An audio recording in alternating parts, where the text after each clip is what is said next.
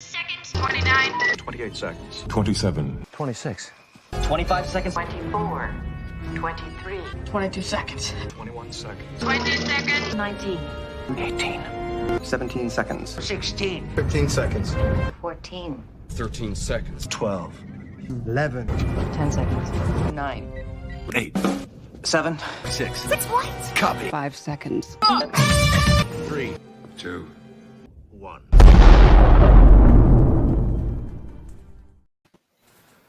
Hi, greetings and felicitations, fellow Trekkies. You may be wondering, what the hell is happening here?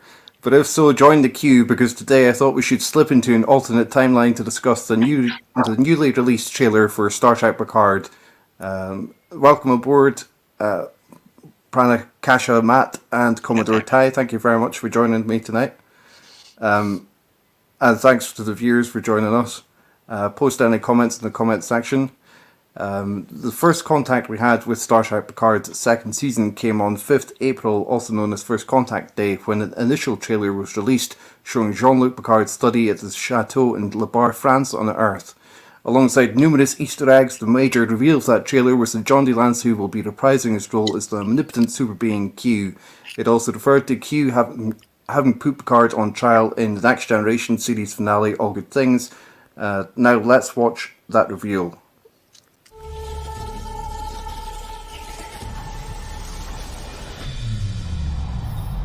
The trial never ends.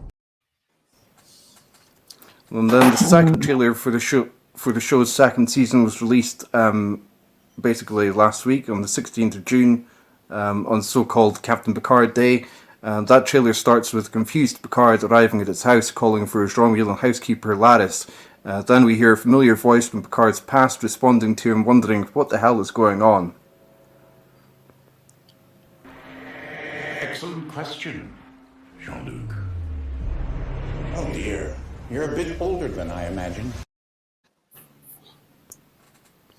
So what did you guys think of the vocal sound effect that's used for Q at this point in the trailer? I don't think you need the vocal effects.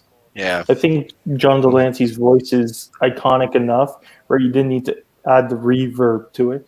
And also, a guy brought this up to me, and I agree with them. I can't remember which YouTuber, but they're like, how is Q so surprised that Picard is old? He's an omnipotent being. He knows humans are mortal and grow old. Yeah. How does he not know Picard's old?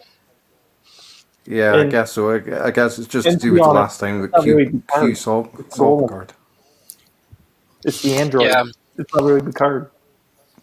There might be some significance to that sound effect. Like, we'll probably find out there's some reason why he did it. Like, he was in some Jeffrey's tube or something like that. Yeah. So then, using his frequent nickname for Picard, which is the French term meaning "my captain," Q then actually appears on screen. So let's watch that clip. Mon capitaine, how I've missed you. Q. So what did you think of how Q looks in this trailer? Do you think we'll get an answer as to why Q looks much older in the series than in the Next Generation? And what sort of answer would satisfy you, basically? Could looks have great. dyed his hair at least, or did some de-aging, because Q is, like I said, supposed to be omnipotent, immortal. Maybe he's just making the appearance to make Picard a little more comfortable. The thing is though, like, if he's like an omnipotent being, he's not really corporeal, so he would just take whatever form he felt like. So, I mean, obviously the actor is older, so he's going to be older.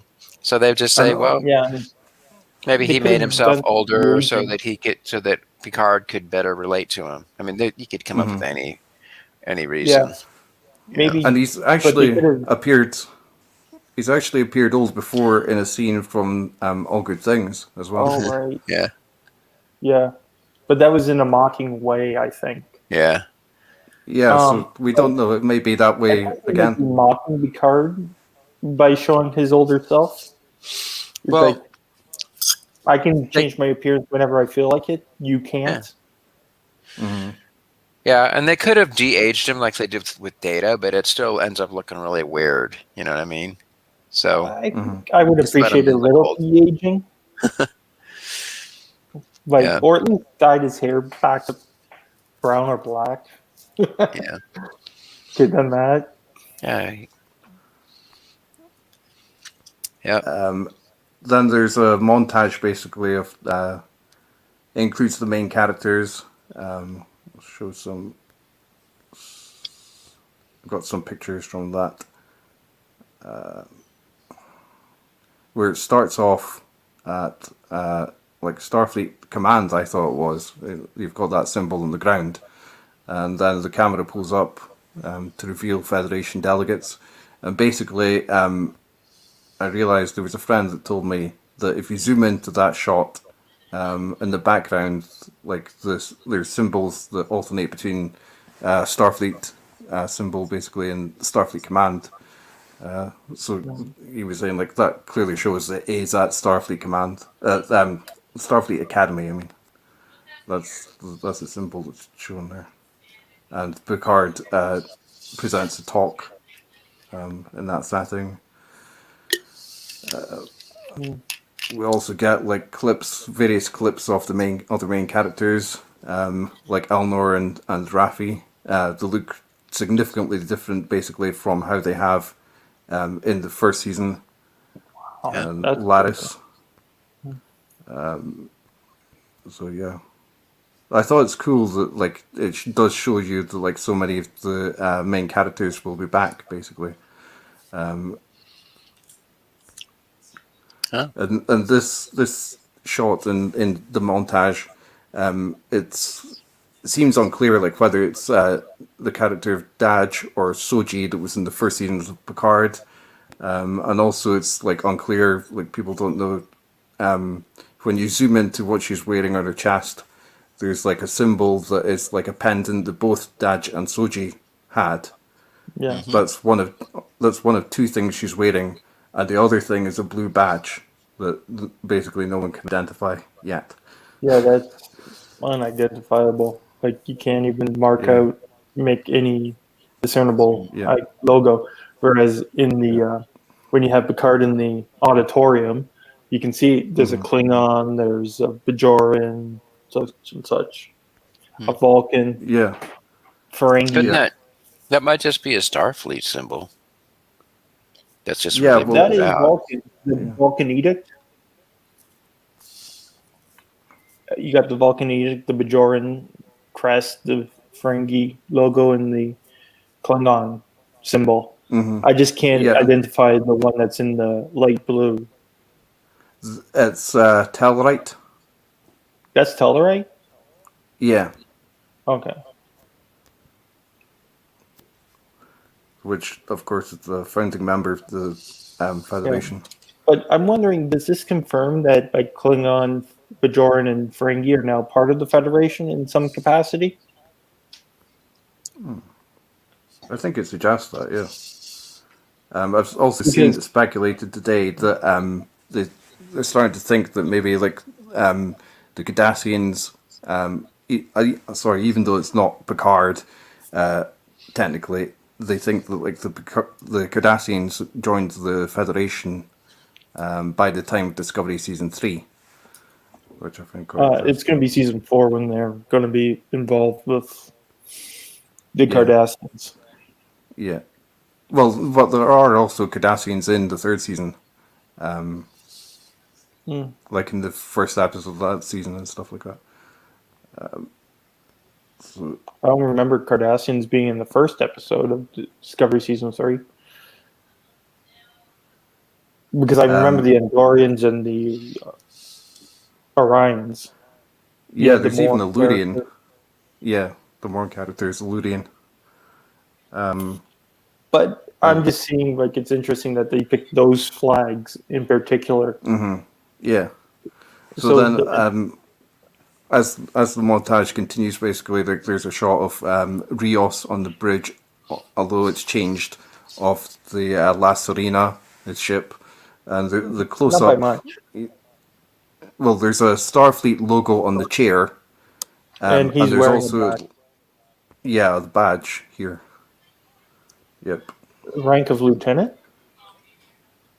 That seems to be like a sword emblem. So, Oh. yeah. Because Or I did they think go Picard, alternate they show universe? multiple ones. Hmm. I've seen they've pointed that badge out a couple of times. Could that be like a throwback to another Picard future episode in the Next Generation? Because it does look familiar, like the way that they initiate rank on it, and it kind of looks like one black stripe through it. Yeah. Yeah, people are saying like the color black like is quite really quite significant in the trailer because the initial shots like of Picard and Picard's wearing all black. Okay. He's wearing all black. yeah, and It's like also they're mourning the death of Q. Picard. They're mourning the Yeah. death of the real Picard. Because Well, that's clearly the android Picard. And even though you didn't show the audio, they say something about time. And in the teaser trailer, we saw the hourglass going up. So there's going to be some temporal, timey-wimey stuff that happens. Where it'd be great to say, like Miles O'Brien, I hate temporal mechanics. Yeah, well, basically the start of the montage was Q saying, "Welcome, my friend, to the very end of the road not taken." And I think there's a character that's saying like time is broken or something like that. Yeah. This clip. Time has been broken. We can save the future, and I will get us home together. Yeah, they're in an alternate timeline. Well, they're in an evil universe. Question. No there's, more mirror. There's also universe, actually please. Looks like they are though. Everybody's there's also wearing been black. like set filming on the streets basically of Los Angeles that people are saying is like so contemporary it shows like they've traveled back in time. Yeah, like yeah, when they were filming on the bus. It's kind of, it reminds you of Voyage Home almost. Yeah. That type of setting. So following the montage, 7/9 wakes up with a start and then makes basically two discoveries. Let's watch those clips. Okay.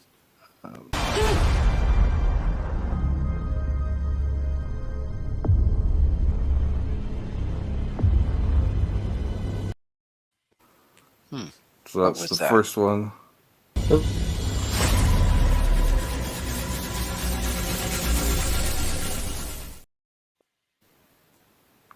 Yeah, Oh so no! There's your Borg implant gone. Yeah, she notices it's as if she was never assimilated.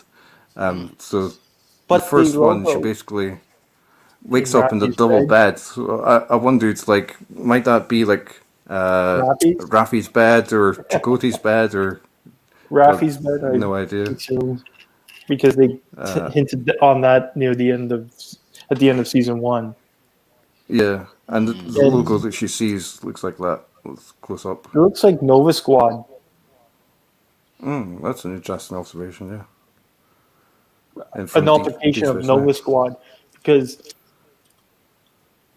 when you were watching that episode, The Valiant, where the Nova Squad took over, it's a variant of that. Like how it looks like the emblem is facing up, whereas Nova Squad it faces this way, but it just looks like a variant of Nova Squad almost.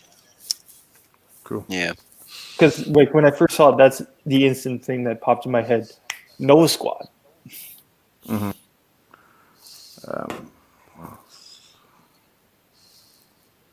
And I think the majority of the trailer focused not too much on Seven's discoveries.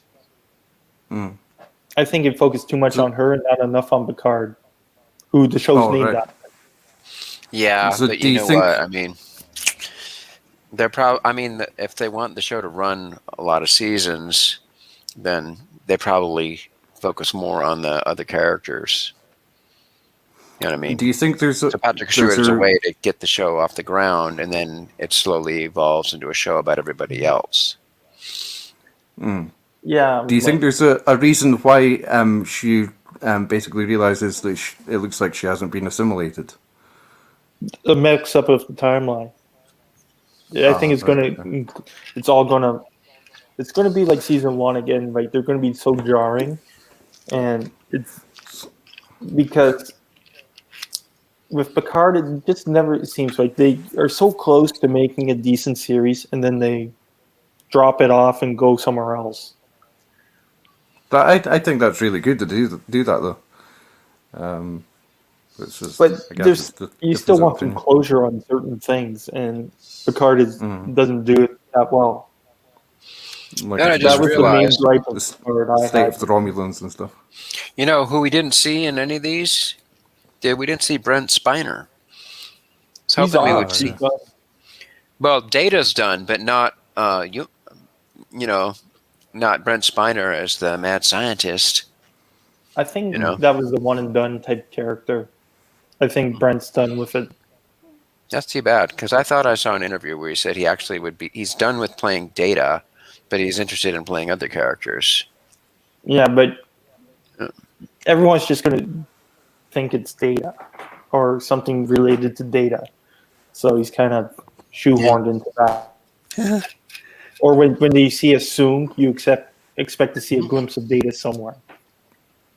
So I think Brent Spiner just realizes he has to be done with Star Trek, because no matter they can have him play a different character, but everyone's going to expect to see Data if they see Brent Spiner on set.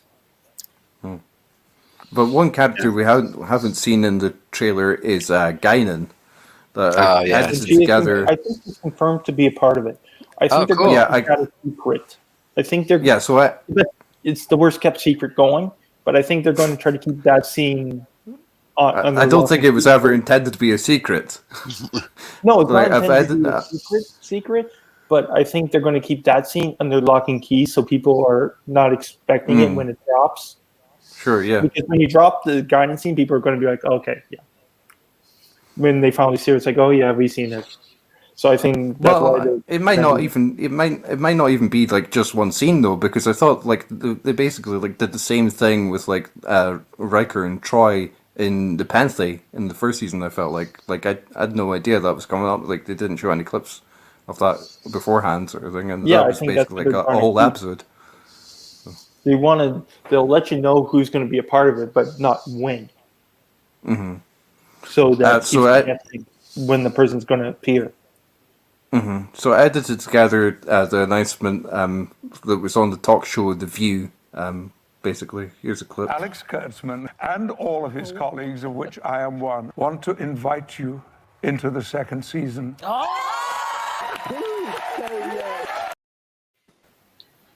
That was her accepting the role in the second season.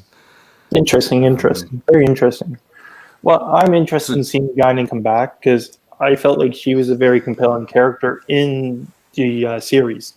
Maybe not so much in the Generations movie, but in the series, yes. I've seen some speculation about like it might be like a similar role as she plays in like Yesterday's Enterprise, where she's sort of cognizant of the changes in the timeline. Yeah, because she has been the one character that can tell when the timeline is screwed up. Mm-hmm. Right. Yeah. And Yesterday's Enterprise is just one incident, but there has been other incidents as well. Like when like in Generations. Stole Picard, and just before they went and met the Borg for the first time. Mm-hmm. Like she knows when it's not happening. Yeah. And she was the one that remembered the Yesterday's Enterprise timeline, which caused the Klingon Civil War. Mm-hmm. Yeah. But don't you think 7 of 9? I mean, if she looked in the mirror and didn't find her implant, then she remembered her previous future. Or I think she was more shocked to not see it. Maybe she was thinking she's in a holodeck, because that's what she did when she was in a hologram. The holodeck, she removed her Borg to look more implants to look more human. Could be. So it sounds like you guys think that season 2 will be more likely to be about like multiple alternate timelines rather than just like one. So Yeah. And I'm hoping to see the Stargazer, like early Picard, because that might be a great way to continue the series with Picard and a new actor. Is bringing someone that looks like Patrick Stewart but not Patrick Stewart. Yeah, I wonder who that might be. I had the thought that Who do we have like that? I think it might be cool, like if it was involving the temporal wars, so that was basically like initially referred to in Enterprise and then as being referred to in Discovery season 3. The start of those temporal wars that we heard about in Enterprise that came to a lackluster ending because the show was prematurely canceled before the 5th season, which would have solved almost all our questions. Well, all they have to do is unlock the holodeck and then somehow make a way for it all to leak out and become real. Then they can use it all. So, do you think? Good. Do you think this is anything? Do you think this has anything to do with Henry Starling from the Future's End 2-parter from Voyager?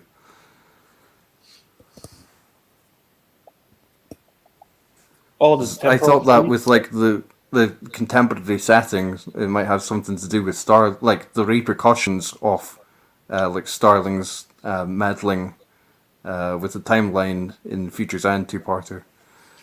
Maybe. I think we're going to see something big happen, like a big event, and it seems like today in today's day and age in sci-fi, screwing around with said timeline is on the rage. Yeah, I was looking at like what films and stuff have been popular and stuff like Tenet and stuff like that. That's screwing quite a lot around with Loki as well, and messing with the timeline and stuff. Yeah, it started with Avengers Endgame, and it's just blown up since Avengers Endgame. People saw how much it made. Oh, what was that? People saw how much it made, and it just blew up. Oh, sorry. Mm-hmm. It just because Avengers Endgame blew up, so now everyone's making their own timeline story. Yeah. So I've got another theory or possibility suggestion that I'm going to guess you're probably not that keen on. I think maybe Matt, you might have guessed it before. But basically, I thought like it might be to do with the mirror universe, based on like the appearance of the badge. There might be like either a Terran Empire logo or similar to it, related to it, and also like the scene where basically Seven like looks at herself in the mirror. I thought that sort of mirrors Stamets at the end of the episode Choose Your Pain in Discovery season 1. This was sort of like foreshadowing Discovery's sort of involvement into the mirror universe. Something's going to big happen. We could see like the end of the mirror universe because in Discovery they finished around century. This could be the breaking point of the mirror universe. Yeah, it's because they're all controlled by Kurtzman and Secret Hideout, so they might try to link the shows together.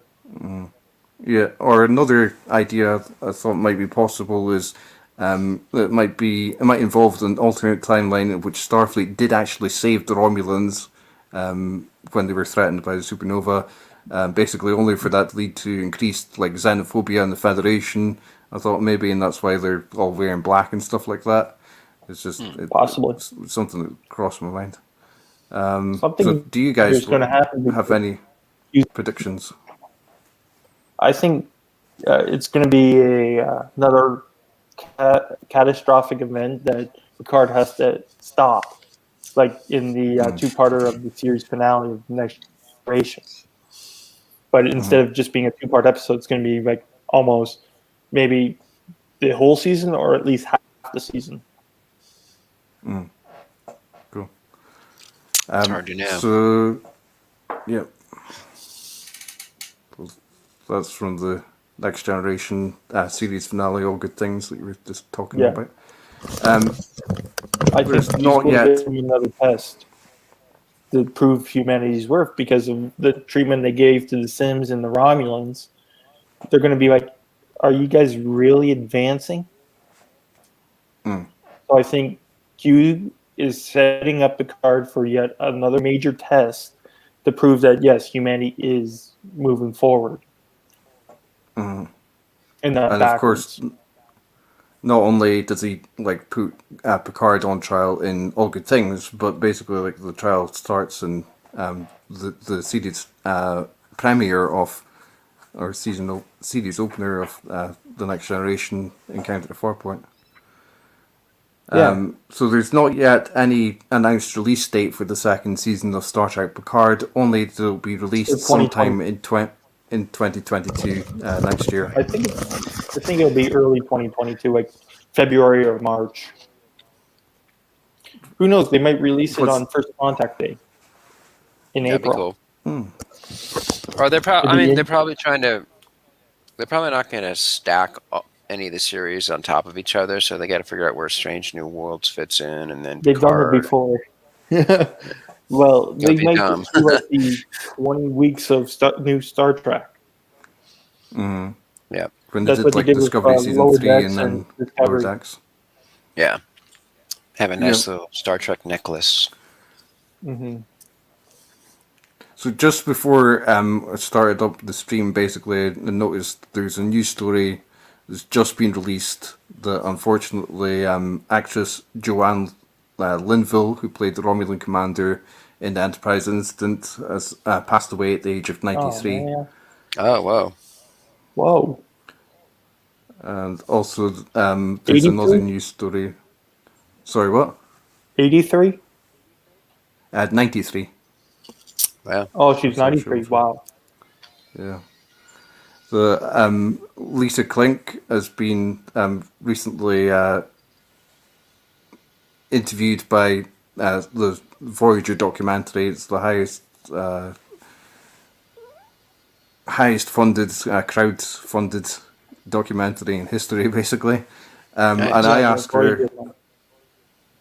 her about it because, like, the Voyager documentary and Facebook had been pushing, like, promoting the pictures of her and saying, "Does anyone recognize this?" and stuff like that.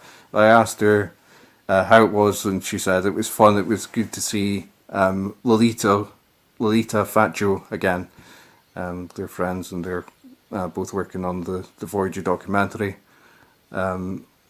Thank you for watching this presentation. Join us next time. And don't forget to like and subscribe. As Picard himself would say, engage. Thanks very much for joining, Matt and Ty. No problem. Thanks for watching. Our pleasure.